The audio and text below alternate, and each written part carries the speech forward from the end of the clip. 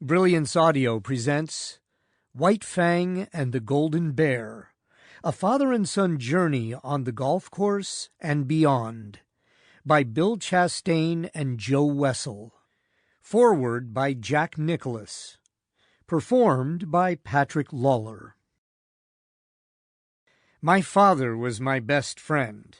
I know how lucky I was to have had a special relationship with him. I think my sister got a little bit of the short end of that deal. That didn't mean he loved her any less, but I was the apple of Dad's eye, and he spent a ton of time with me. He introduced me to every sport. We threw the ball together, we shot baskets together, we kicked the football together, we played golf together, we hit tennis balls together. Whatever, that's what we did. Dad taught me a lot of things. There was a right way to do things, like you wanted to be a good sport. If you lost, it wasn't the end of the world. You have to deal with whatever hand you're dealt. And you kept your word. Your word is your bond. He also taught me how a father was supposed to act, so I tried to do the same thing with all of my kids. He taught me to introduce my kids to things and let them make up their own minds. I didn't want any of my kids to play golf just because I wanted them to play golf. I wanted them to play golf if they wanted to play golf. I'd introduce them to the game, but I didn't actually try to encourage them too much. I thought it was pretty difficult being my son from this standpoint. And if they ended up wanting to play, then that would be a great choice on their part. Well, it turned out that 3 of the 4 boys became golf pros. Steve did not. But Steve was almost as good a golfer as the other 3.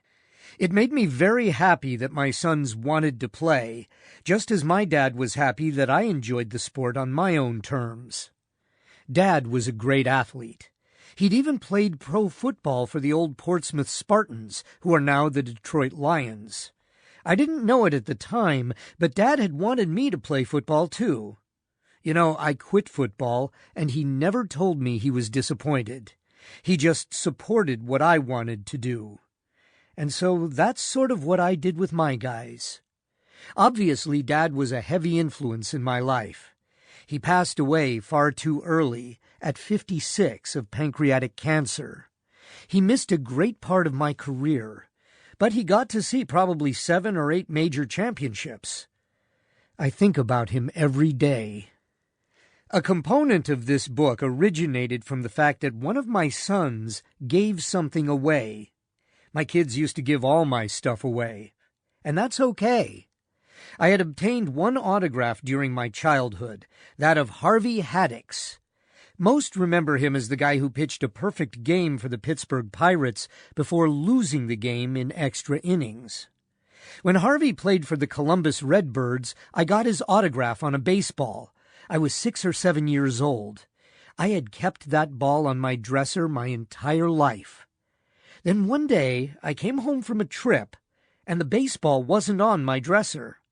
I wondered what happened until my son Steve, who was about 15 at the time, came in and said, "Oh, Dad, our ball went in the lake, so we used this one."